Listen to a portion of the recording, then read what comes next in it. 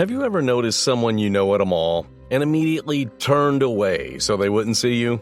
Or maybe you found yourself waiting at the door of your house until your neighbor leaves so you can go out. No, you're probably not a fugitive trying to evade capture. You are, like many people, an introvert. Unfortunately, some of these habits we introverts have can come off as creepy. And that's true even if our intentions aren't bad. It can especially be an issue when we introverts interact with our personality opposites, extroverts. As introverts, we are more comfortable with our internal mental environment than with the external world around us. We enjoy spending time by ourselves or in small groups of people, and we are often uncomfortable in crowds or big groups. Extroverts are the opposite. They prefer the world around them to the world inside their head, and they tend to be more comfortable in large groups and crowds. According to Carl Jung, the legendary psychoanalyst who invented the terms introvert and extrovert, one of the biggest differences between these two types is how we recharge our batteries, so to speak. To get back to a place of emotional and mental strength, introverts like to spend time alone, sorting their thoughts and enjoying hobbies and entertainment. Extroverts, on the other hand, recharge by socializing. They get their energy from other people. These fundamental differences can sometimes make it hard for people to understand one another. Part of the problem is that introverts are a minority. We account for somewhere between 25% and 40% of the population, which means the majority behaves differently from us. What society considers quote-unquote normal is not what's normal for us, and that alone can make us hard to understand, and therefore hard to predict, and therefore creepy.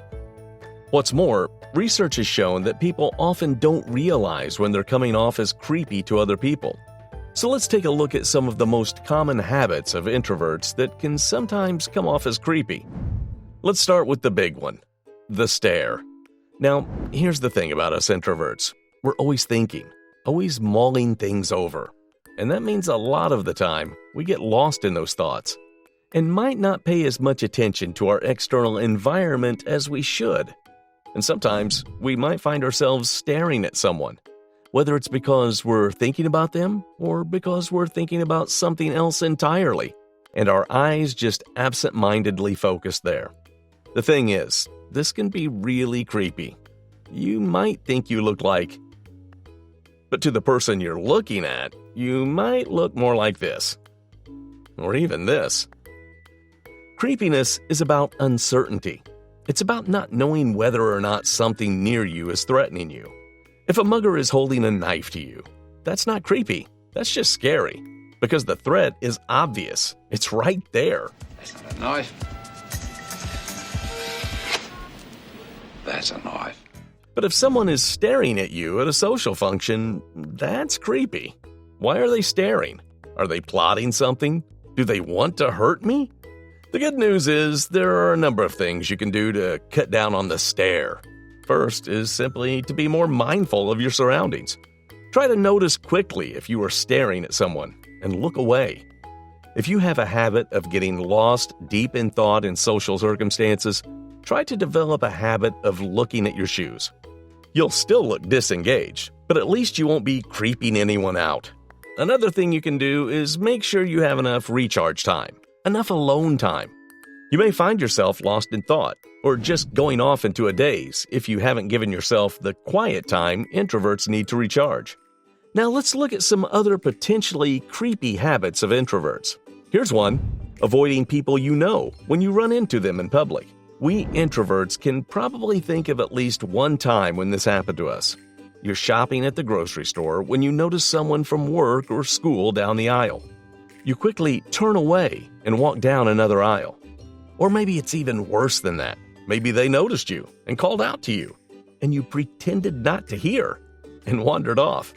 Now, to us introverts, this is understandable behavior. Social exchanges are awkward and uncomfortable for us, and running into a coworker at the mall is just an unnecessary additional exchange. There is no purpose to talking to this person here, so why not just avoid it? But in the world of extroverts, this is strange behavior. Why would you avoid someone you see and talk to all the time? What do you have against this person? This behavior can come off as creepy. And the proof is that just about every time, the person you slagged off at the mall doesn't want to talk to you much anymore. You're eating lunch in the cafeteria with school or work colleagues when someone makes a comment that makes you laugh. Thing is, that comment wasn't funny. They might have been talking about a tragedy in their family or a health problem when you burst out laughing. But now everyone is looking at you. What did you find so funny here? Laughing at the wrong times is a habit that some introverts have, and it can be creepy if people don't know what you're laughing at. Nervous laughter is a response to stress. According to research, it isn't even really laughter, which comes from the belly. Nervous laughter comes from the throat, and it's a sign of tension and anxiety. It can happen when someone says something you find disturbing, embarrassing, or confusing, which is why you burst out with a laugh at the mention of a family tragedy, creeping everyone around you out. But fortunately, there are things you can do to minimize your nervous laughter. First, try to understand what makes you laugh nervously. Is it people sharing personal information you'd rather not hear? Stories of trauma? Once you've identified what triggers your nervous laugh, you'll be in a better place to stop it when a triggering situation comes up again in the future.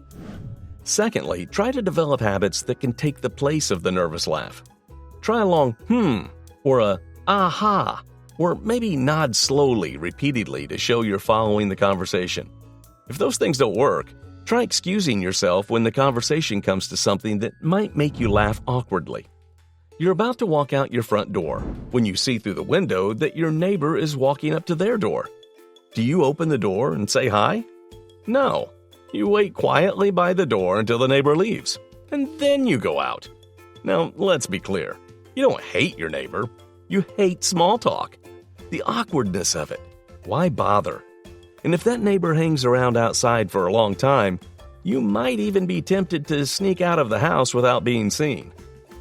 The problem is, sooner or later, someone is bound to notice. And when they do, you're likely to come off as creepy. Why are you avoiding your neighbors? Did you do something bad? Were you the one who slashed the tires on all the cars on the block last week? To minimize this, try to make sure you are emotional and mentally recharged before leaving the house. Chances are, there are times when you're perfectly happy to small talk with the neighbor for a minute or two, but maybe not always. Sometimes it's just too draining. So make sure when you head outside, you do it in the best possible mindset to interact with others. Here's another one. A friend calls you up on the phone, and you just don't answer.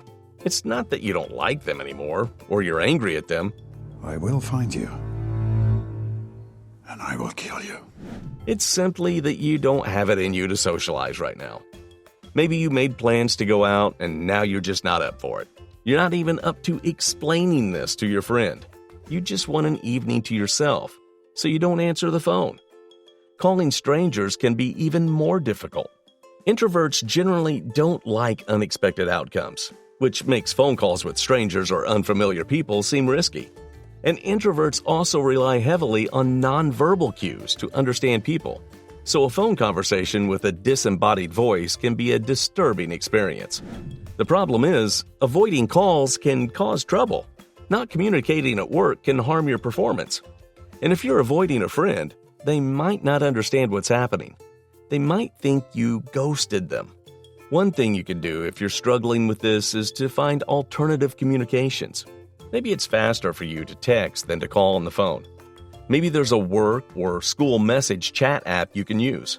Try shifting the relationship to communication forms you're comfortable with. In some circumstances, meeting people in person may be easier than talking on the phone.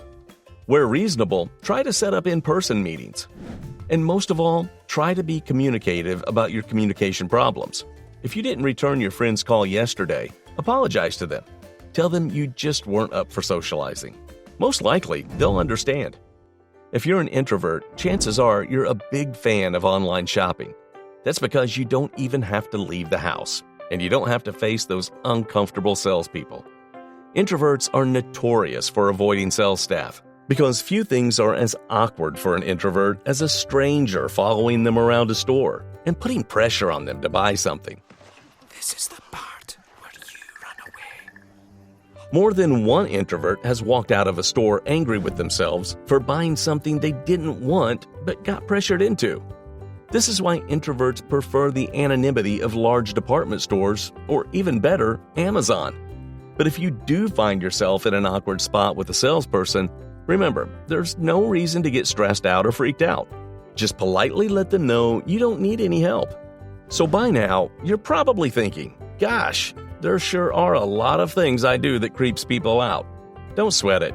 You're hardly alone. And as you've seen, there's plenty you can do to avoid the creep factor. Most importantly, try to raise your level of self-awareness so that you can notice quickly when something you're doing is creeping someone out. Be conscious of where you're looking or how you're reacting to the things people are saying. And if nothing else, be communicative when you give people the wrong impression. If you're comfortable with it, try to explain your thinking. People may be more understanding than you expect.